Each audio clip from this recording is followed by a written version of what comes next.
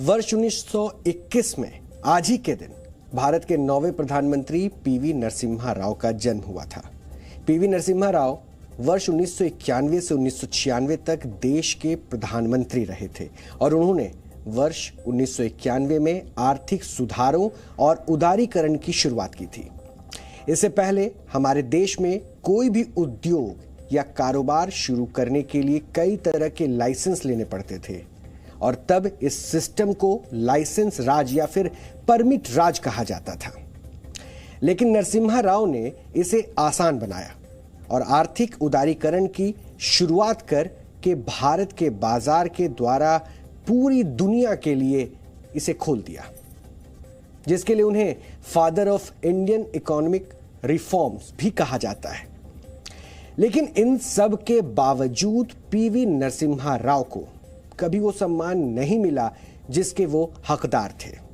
प्रधानमंत्री रहते हुए और प्रधानमंत्री का कार्यकाल पूरा होने के बाद कांग्रेस ने कभी पीवी नरसिम्हा राव को वो सम्मान नहीं दिया जो जवाहरलाल नेहरू, इंदिरा गांधी और राजीव गांधी को दिया गया। अगर नरसिम्हा राव नेहरू गांधी परिवार से होते तो आज कांग्रेस पार्टी जोर शोर से उनकी 101वीं जयंती मना रही होती और कांग्रेस की राज्य सरकारी अखबारों पर पूरे पन्ने का विज्ञापन देती और सोनिया गांधी और राहुल गांधी उनकी समाधि पर श्रद्धांजलि देने जाते और सार्वजनिक बयान भी जारी करते। लेकिन पीवी नरसिम्हा राव के मामले में ऐसा नहीं हुआ। ना तो गांधी परिवार ने उन्हें कोई श्रद्धांजलि दी और ना ही उनके लिए सोशल मीडिया पर कुछ लिखा। लेकिन प्रधानमंत्री मोदी आज पीवी नरसिम्हा राव को याद करना नहीं भूले और उन्होंने अपने एक ट्वीट में उन्हें नमन किया है।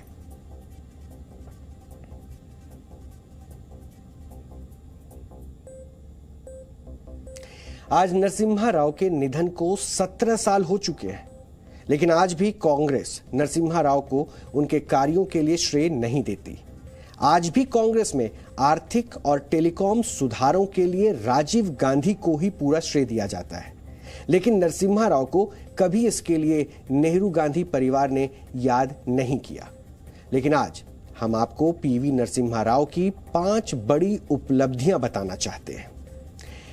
उनकी पहली उपलब्धि ये थी कि उन्होंने नेहरू गांधी परिवार से ना तो होते हुए भी उनका कोई रिश्ता नहीं था इस गांधी परिवार से, इस गांधी नाम से, उस परिवार से बिल्कुल भी संपर्क नहीं था, ताल्लुकात नहीं था, लेकिन उसके बावजूद भी पूरे 5 सालों तक आजाद भारत के इतिहास में पहली बार गठबंधन सरकार चलाई। दूसरी उपलब्धि थी आर्थिक क्षेत्र में क्रांतिकारी बदलाव लाना। जब पीवी नरसिम्हा राव देश के प्रधानमंत्री बने थे तब भारत के पास 2 हफ्ते के आयात के लिए ही विदेशी मुद्रा बची थी और पूर्व प्रधानमंत्री राजीव गांधी सरकार में दूसरे देशों से लिए गए लोन्स का भी भुगतान करना था, यानी जो कर्ज थे उसका भी भुगतान करना था। उस समय भारत ने इंटरनेशनल मॉनेटरी फंड यानी कि IMF से और लोन मांगा, लेकिन IMF ने कड़े आर्थिक सुधारों के बिना लोन नहीं देने का फैसला किया। इसके बाद तत्कालीन प्रधानमंत्री पीवी नरसिम्हा राव ने कई ऐतिहासिक कदम उठाए, जैसे 1966 के बाद पहली बार साल 1991 में रुपए को विदेशी मुद्रा की तुलना में सस्ता कर दिया गया। जुलाई 1991 में नरसिम्हा राव ने नई औद्योगिक नीति भी देश की संसद में पेश की और इस नीति को स्वतंत्र भारत के इतिहास में सबसे बड़े आर्थिक सुधारों में से एक माना गया। इसके तहत तब नेहरू और इंदिरा गांधी की आर्थिक नीतियों को पलट दिया गया और खाद्य पर सब्सिडी 40% कम कर दी गई।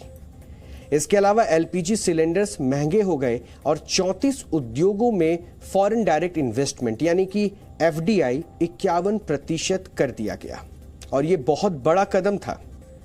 यही वो दौर था जब भारत में पहली बार हवाई यात्रा, टेलीविजन इंडस्ट्री, सॉफ्ट ड्रिंक और मोबाइल फोन्स इंडस्ट्री भी जो है वो प्राइवेट कंपनियों की वहां पर एंट्री हुई और इसी का नतीजा था कि साल 1992 में जी ने अपने पहले शो का प्रसारण टेलीविजन पर किया। यह भारत का पहला प्राइवेट चैनल था। तीसरी उपलब्धि थी एक ब्यूरोक्रेट को मंत्री बनाने का प्रयोग करना। नरसिम्हा राव जब प्रधानमंत्री बने थे तो पूर्व राष्ट्रपति प्रणब मुखर्जी को उम्मीद थी कि उन्हें ही उनकी सरकार में वित्त मंत्री बनाया जाएगा, लेकिन नरसिम्हा राव ने इसके लिए डॉक्टर मनमोहन सिंह को चुना, जो उस समय यूनिवर्सिटी ग्रांट्स कमीशन के चेयरमैन थे और आरबीआई के ये गवर्नर भी रह चुके थे। चौथी उपलब्धि थी विदेश नीति में बड़े बदलाव करना। वर्ष 1991 में सोवियत संघ के टूटने के बाद नरसिम्हा राव ने भारत के पश्चिमी देशों के साथ रिश्तों को नई ऊंचाइयां दी। उदाहरण के लिए अमेरिका के साथ भारत के रिश्ते मजबूत हुए और इजराइल के साथ भारत ने पहली बार राजनयिक रिश्ते स्थापित किए। यह कदम नरसिम्हा राव की दूरदर्शी सोच का परिणाम था, क्योंकि इससे 1999 के कारगिल युद्ध में भारत को इजराइल की काफी मदद मिली और इजराइल ने तब भारत को लेजर गाइडेड मिसाइल, आधुनिक हथियार और इंटेलिजेंस सपोर्ट दिया।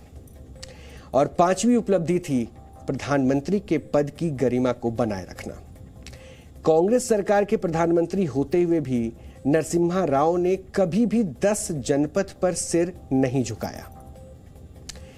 पीवी नरसिम्हा राव गांधी परिवार को इसलिए भी चुभते थे क्योंकि उन्होंने 10 जनपद पर कभी सिर नहीं झुकाया, और इसे आप 1992 के एक घटनाक्रम से समझ सकते हैं।